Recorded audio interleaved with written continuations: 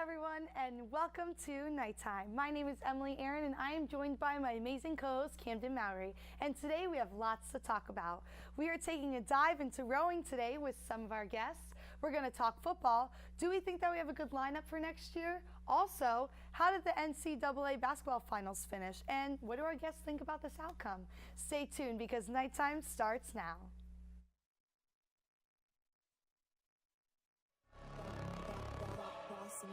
Things gon' change when I really hit the field. Undefeated chance, man, you know what's the deal. Tryna find a kid, I'm in the field doing drills. Boy, you just a sucker, you ain't never keep it real. 3 rings in my hand, I'm a warrior to the max. When I hang it up, they gon' have to give me plaques. Step up in the building and I only bring the facts. When I make a highlight, they gon' replay, run it back. Okay, always locked in, now I don't got time to lax. Saying he the best, he could take a lap. Batted 1,000 when you check the stats. Boy, is you ready? You ain't gotta ask.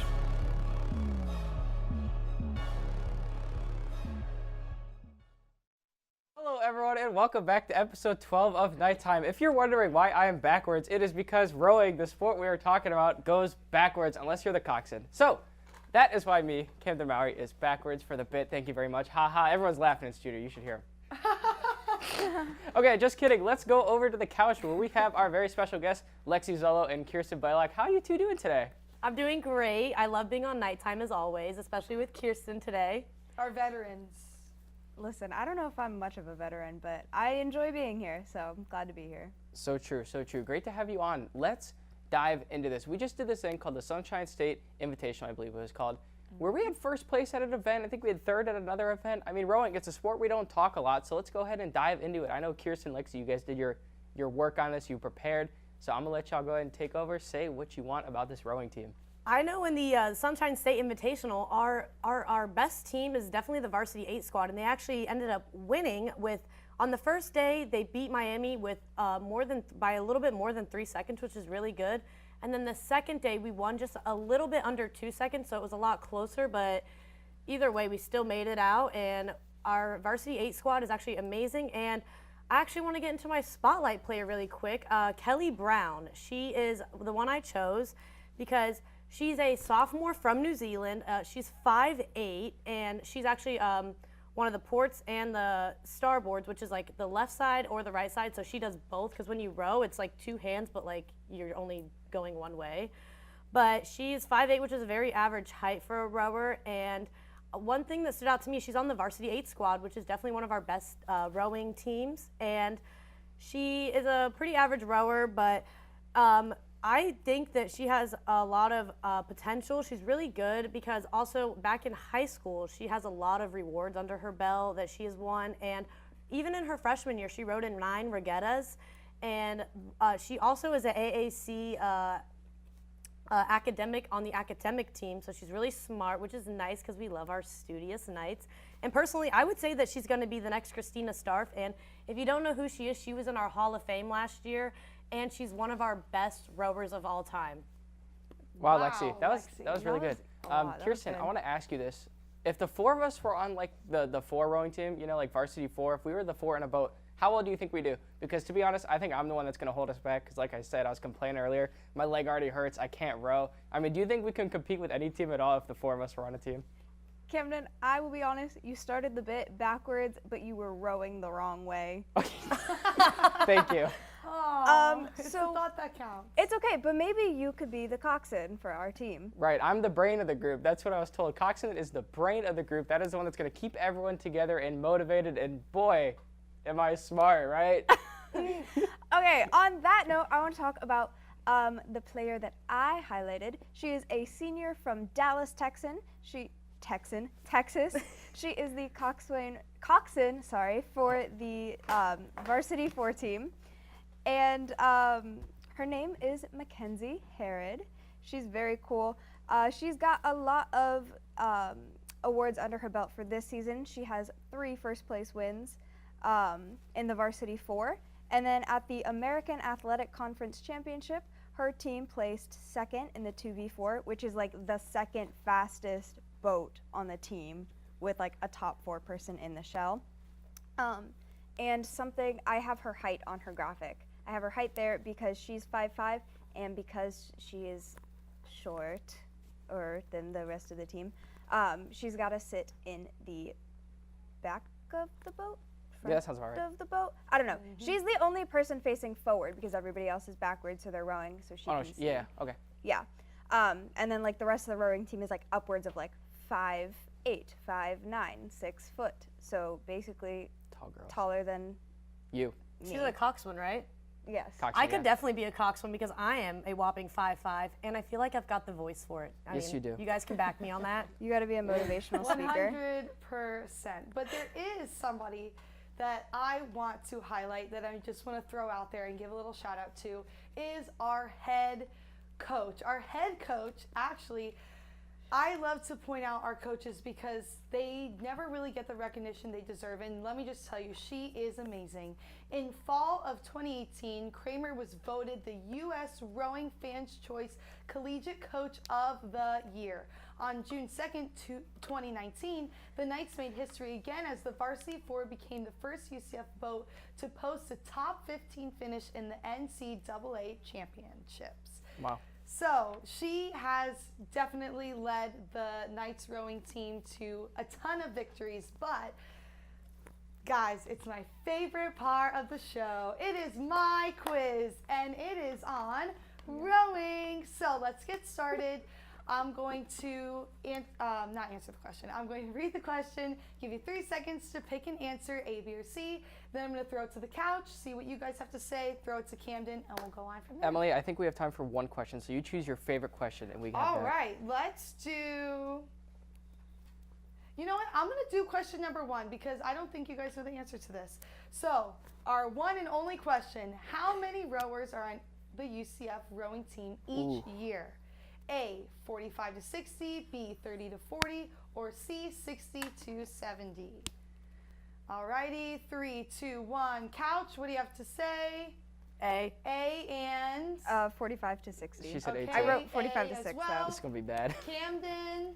I said B. I remember reading a lot of names, but I don't think there were more than 40 people. I don't know. No, I'm Well, confident. let me just tell I bet you everything. that the couch was completely Let's right. go! I knew The it. couch I did my got that research. right, but unfortunately, that is all the time we have for our quiz today. But we are going to throw it into my nightlight. My nightlight player is somebody on our baseball team. He is a redshirt senior. Let's see if we can guess who it is right after this commercial break. Welcome to HCF Hot Takes. I'm Johnny Jackson. We've got Emily Aaron to my right and Maluka Costa to my left. Hello and welcome to our segment of Hot Ones. I'm here with Noah Kemper and Grant Wheeler. Yep, I knew that. Grant Wheeler. Listen, I'm a Bulls fan, but I just can't ever argue against LeBron. I watched him my whole life. I've been going back and forth with this debate for a long time. It's got to be Michael Jordan. Whatever she wanted. I would wake up in a maid costume for Doja Cat. Brutal. Jeffrey Laux, no question. Richie, I would give it to Richie. It is not Richie. It is not Richie. No, it's Jeff. Richie's pronouns are he, they, because he cannot be him. What? Oh, wait a second. I'm gonna have to also agree and say Jeff. He always is spiffy. It might be Cameron. Cameron's had some good fits. Out of the women, Norelli always dresses really, really cute. Oh, That went so well. It's basketball. College football, I think, is the best sport to watch. If you don't like soccer, it's because you suck at it. I think college football is the best. Thanks for watching. Hello, everybody, and welcome back. If you haven't guessed my nightlight player, it is the one and only Nick Romano. He is a redshirt senior on our baseball team. He's a first baseman. He has 5 home runs, 26 RBIs, and a batting average of .311. He is really, really just a phenomenal baseball player, and finally somebody that we got to highlight. So let's throw it right into... We're talking football, people. My favorite topic. We're talking UCF spring ball. We're talking recruiting. And we're talking the transfer portal with Jack and Tyler over on the couch. How are you boys doing? Are you ready to talk some football? So ready. Never been more ready. I'm very excited. You know, we got the Minnesota boys. It's going to be awesome. Oh, great. Finally a good segment.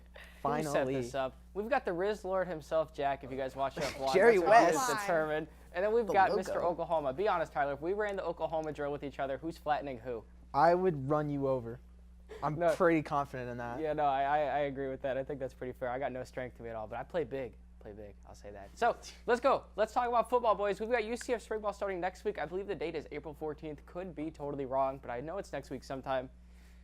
Is JRP going to be our starter? Like, I hope so. I know. It's weird to start out like that, but can Tommy Castellanos rival him or Timmy McClain to be the starter, or are we set on JRP?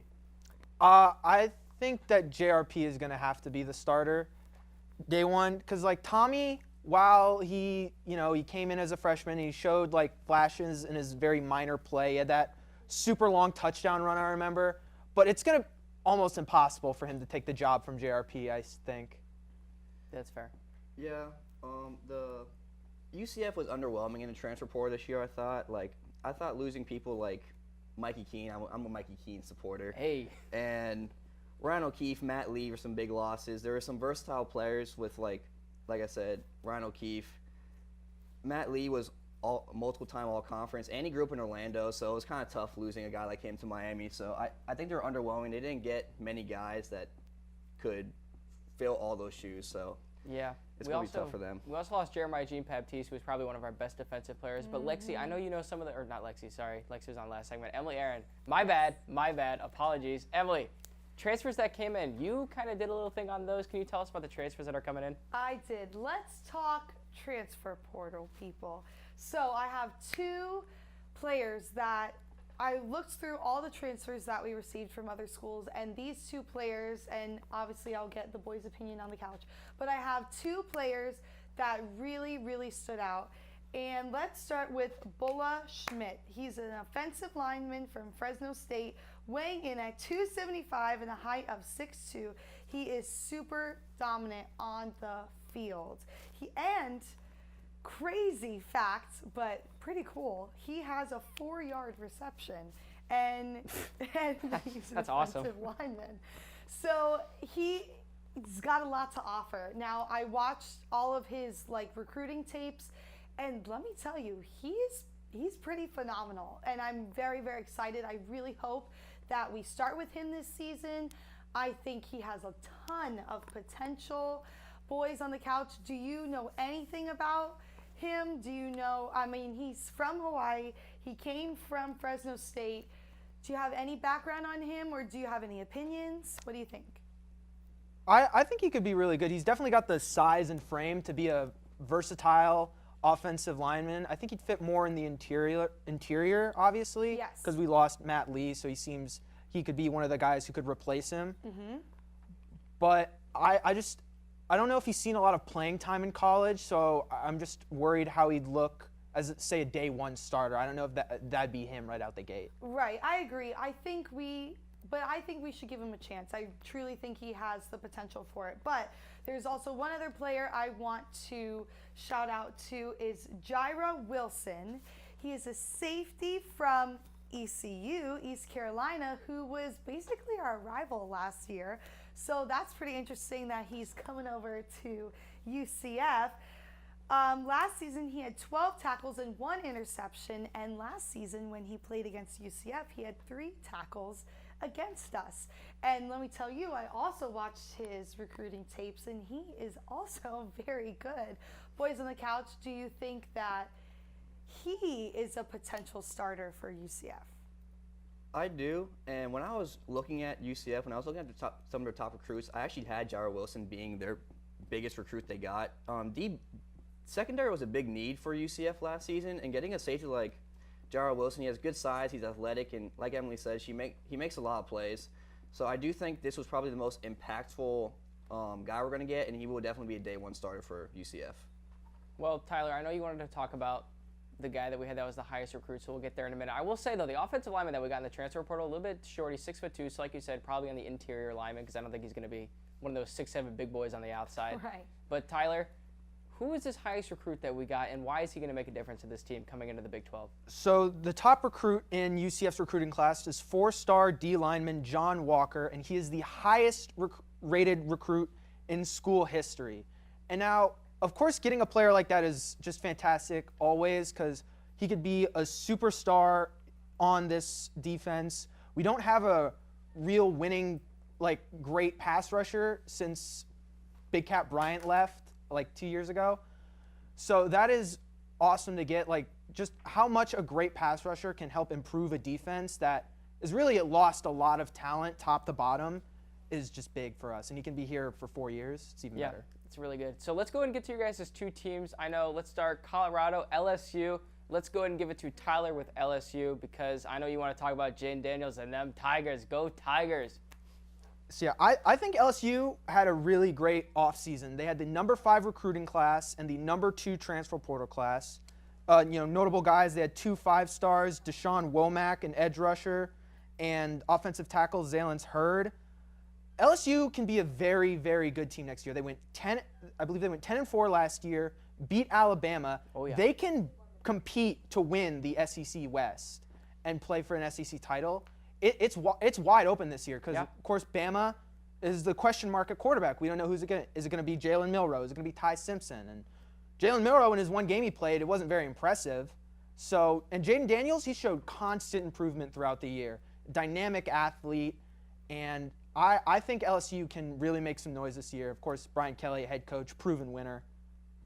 Go off, Jack. I'm confident in LSU. Prime time coming to town. Why is Colorado about to shock the world and go 14-0 this year? They will absolutely not do that, but it's going to be interesting. Now, Colorado was extremely bad last year. They were so bad that when I was looking up Colorado highlights, the only ones I really found were the other teams posting their games, beating them by 40. So I couldn't really find too much. I found their one game against Cal where they stormed the field after one win. They won a game. Yeah.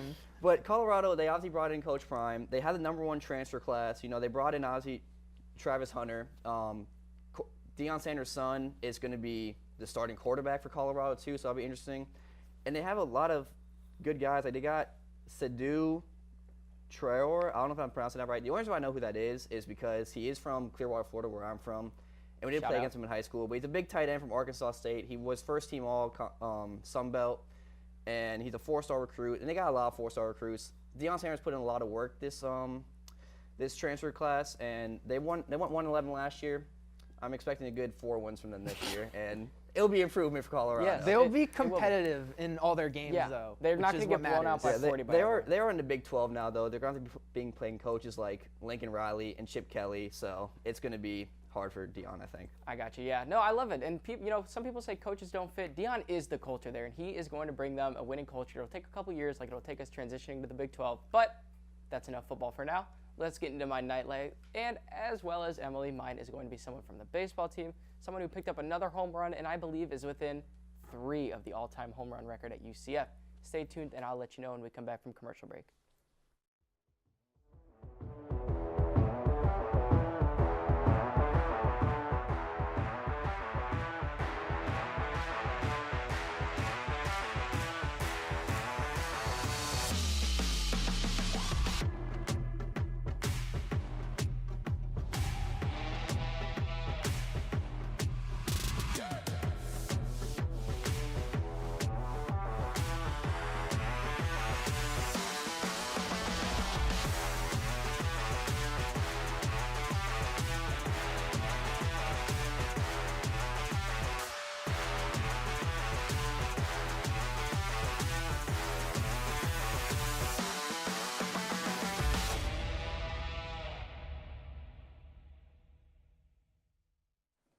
I have just relearned how to count to 10 here in studio because I did not know those numbers went down like that. All right, let's get back to my nightlight, which was Benny Boy, Ben McAbee, if that's what you call him. I'm so mad. Ben McCabe, all right, great player. I was at the game Saturday, and it was like, ooh, why are we losing to USF? Did lose that series, unfortunate. Just got smacked by whoever it was. I think it was Miami that smacked us. Speaking of Miami, though, we've got Phil Powell here with a team that is just lost in the Final Four, fresh off a loss. How we feeling over there, Phil and Ezra? We're feeling good. I'm happy about my Hurricanes. First time in program history, we made it to the Final Four against all doubts. Everybody at HTF was against me, but hey. Me included. Yeah, hey, you included. I was with you because I had FAU too. I wanted an FAU Miami final very bad. That would have been a battle of South Pull Florida. up That the would tapes. I swear I was repping Florida. Don't worry, Emily is always right. We will be pulling up the tapes at the end of the segment if you we're know being what, right. Camden? Stop spoiling it. We'll get there. So let's start with this. The women's basketball championship game. All right, we all love to talk about Caitlin Clark, and I know there's that disrespectful thing at the end of the game. I'm sorry, but if you think that's disrespectful, get out, Nate. All right, old head people out here like, that's ruining the game. Whatever. All right, loved it. Loved the competitiveness. This game had more views than the World Series from 2020, I believe it was 2020, when the Rays took on the Dodgers. This game had more views than when the Suns took on the Bucks. And this game had more views than Alabama's bowl game the last year. All right, we're talking LSU defeating Iowa in the championship game. Ezra, Phil, huge thing that happened. Caitlin Clark was a little bit human with 30 points, but LSU gets the job done. No one really thought they were going to do it. Angel Reese kind of went off. Jasmine Carson off the bench. Go ahead, boys. Take over. I'll let you take it first. Well, I'm not going to lie. So a lot of people probably wanted South Carolina to be there. It would have been a better matchup with LSU and South Carolina, but fortunately, South Carolina, you should have won, but you didn't. So Caitlin Clark effect. Yeah, that is a Caitlin Clark effect. But look, Caitlin Clark, she's a great, phenomenal player, dropped 30 points with 8 assists, but LSU was the better team. I mean, Angel Reese, she had foul trouble, so she was still able to get 15 points and 10 rebounds, and Jasmine Carson off the bench, 22 points. I feel like the reason why Iowa did not win this game is because they were so Caitlin Clark eccentric. Always give her the ball, give her the ball, give her the ball. This game honestly remind me of the Spurs versus the Cavaliers back in 2007 in the finals, where the Spurs was a stacked team and Caitlin Clark was literally LeBron, like carried the Cavaliers, to the finals. So it was a great game. At first Iowa did make a good, strong push, but the better team won. Put some respect on my GOAT, LeBron James. Come on. Yeah, huge win for LSU. All right, no doubt about it. We got to give shout out to Iowa for defeating South Carolina on their 42-game win streak. But Emily, I want to ask you, being a woman in sports, how big is this that this sport is getting the recognition that it is, that, all these people were tuned into the game, giving their opinion? Like, this game mattered to a lot of people, and I think that's really good to see because hopefully this is a trend upwards with the Caitlin Clark effect. Yeah, this is huge. You had a ton of people watching because of Caitlin Clark. You had a ton of people watching because of LSU's amazing coach, and she was a trend on the internet for so long because of her talent and her outfits. Let me tell you, those are really, really cool. But this is huge for women in sports because everyone's always like, tune into the boys' game, tune into the men's. It is time to get some recognition, women, and we finally have it. We had one of the highest tuned in basketball games ever. That is amazing. This is breaking records. This is setting the ground for a huge season next season, and this is great. I'm so excited, and it means a lot that the women are finally getting the recognition they deserve because we are talented out there. Yeah. No, it was a great tournament that the women had. Can't wait to see what happens next year with Caitlin Clark, hopefully returning. Angel Reese was only a sophomore, so she'll be coming back. Ezra, I'm going to give you the honor to talking about UConn's smackdown throughout the tournament. I mean, this might have been the most dominant tournament run we've ever seen, and they were a 4 seed, all right? I mean, UConn looked like nobody could stop them. What happened? Yeah, they looked pretty much untouchable for the entire tournament. And I want to give a huge shout out to the main guy on their team, Adama Sanogo. He's over here with LeBron's build in college, out here playing both sides of the ball very well. Pretty much a double-double machine out there. He was just doing everything for them, especially in this final game. He had 17 points, 10 rebounds, a block. He shot 7 for 8 from free throw, 5 for 9 from the field. I also wanted to give a big shout out, just on the side, to Tristan Newton because he had a very, very poor game to his standard against Miami before they ended up coming up against SDSU, and he only had 7 points this game. He dropped 19, and he made sure that they were going to win this game. So I want to give a shout out to him. UConn was pretty much in front for most of the game. In the first half, they were winning by double digits, but in the second half is when San Diego State started to make a comeback and brought it down to single digits. But it was mainly a points in the paint game for UConn and a lot of mid-range shooting. And they were trying to shoot threes, but they weren't that great from 3. I think they only made 6 of 15 or 16 threes. San Diego State did. So it was a very poor game all around for them. Whereas it was an amazing game, pretty easy for UConn. Go ahead, Phil. Go ahead and talk about that game. I know Miami didn't end up beating UConn, but hey, you lost to the eventual champion. So how was that? You know, it felt great. Reason why I say that is because, honestly, if Miami would have beat UConn, I see us beating San Diego State. Easily. Yeah, easily, yeah. But that game, I feel like San Diego State was never really in that game per se because, let's be honest, I mean, I'm looking at it right now. UConn shot 27 free throws and made 24 of them, which is 88.9%. And San Diego State shooting was 19 for 59, which is 32. You're not going to win, like shooting that ball poorly. You're not going to win. So a lot of people say, I don't know how San Diego State got there. I mean, everybody know how happy Kawhi was when they reached that part, you know, literally a straight face. Yep. But I was about to say. literally a straight no face. excitement. No excitement whatsoever. He probably didn't even know they got there. But honestly, it was an overall game. Like how Ezra said, they did try to make a push, you know, cut it within single digits. But like how my Hurricanes, we did the same thing, and they still just made the lead bigger. So unfortunately, shout out to UConn. You know, they did. I think this is their third or fourth in program history. Fifth. Hey, Yeah. they're a blue blood. No debating it. All right. I don't care what anyone says. Grant Wheeler, this is for you because we were all like, UConn this, UConn that. But he's gonna get his props because Grant never does. All right. Any team Grant likes, we all just are like, nah, not rooting for the Celtics, not rooting for UConn, not rooting for the Colts. It's just the Grant Wheeler effect. So, pretty much. UConn though, 5th national championship in the last 25 years. They are a blue blood. I don't care what you say.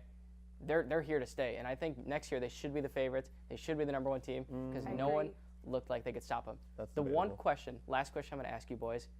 Was this not the best tournament we have ever watched? I mean, we saw all 1 seeds out by the second weekend. I mean, that was amazing, wasn't it? Yeah, it was a really fun tournament to watch, in fairness. I would have said it would have been a fun tournament, the best tournament, if both the Florida teams made it to the finals, because watching a 9 seed FAU make it to the finals would have been amazing to see. And even without being a Florida fan, seeing a 9 seed make the finals. But this was a great tournament all around. All the #1 seeds literally lost early. It was good to watch. It was fun. Loved it. So, we have a quick video to show you before we get into the final thing we are doing today. This video is something we've been planning for a while. This is the culmination of our primetime picks. So please go ahead and play the video because we got something special coming up for you. Almost every primetime pick. Well, Thank you Camden, very much. Thank you. So Camden, you don't want to be back in the Rose Bowl again for a second straight Apparently year? they don't want to. Ohio State doesn't want to play that game. Emily, you actually are down in primetime picks. I'll let you know. But What? You're down by 1 or 2 or something like that. So No, this game that's a doesn't- joke. You're lying. Dog, look at the records. I think I'm 7-5. Say You're psych 5 right and 10. now. No, Say psych right now. no. Swear to God. But I saw that graphic. Yeah. This is ridiculous. I'm sad. This is the last clowning, you guys, and it's me alone. Andrew, get out of here with the social media. I can't. I like red, but red's not my color today. Can we just All right, we're gonna just see what we're move. doing here? Yeah. Hold on. I've got some whipped cream here. Hold on, it's gonna be a ton of crackling. Take so the mic off. Yep. Turn my mic off for a second. So basically, here's what happened. I'll go ahead and say it. Yeah, you know since what? you're right next to me. Let Camden talk for a sec. She lost primetime picks last semester, and I told her, oh, you're going to have to do a tablespoon of hot sauce, and we never did it. So luckily, we're not making her do both right now. But Thank God, I really don't want to do hot sauce. This is how we're ending it. I'm going to be gentle. I am upset that hold on, can I at least pull my hair back? I washed it yesterday. On the clown nose, too. Are you ready? Okay. Ready? Here we go. 3, 2.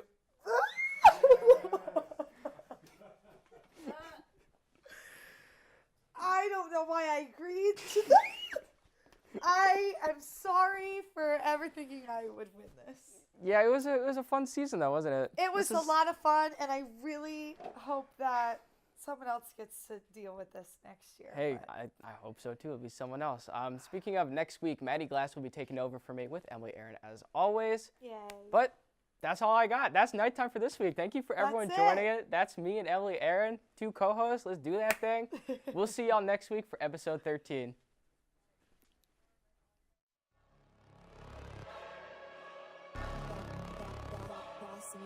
Things gon' change when I really hit the field.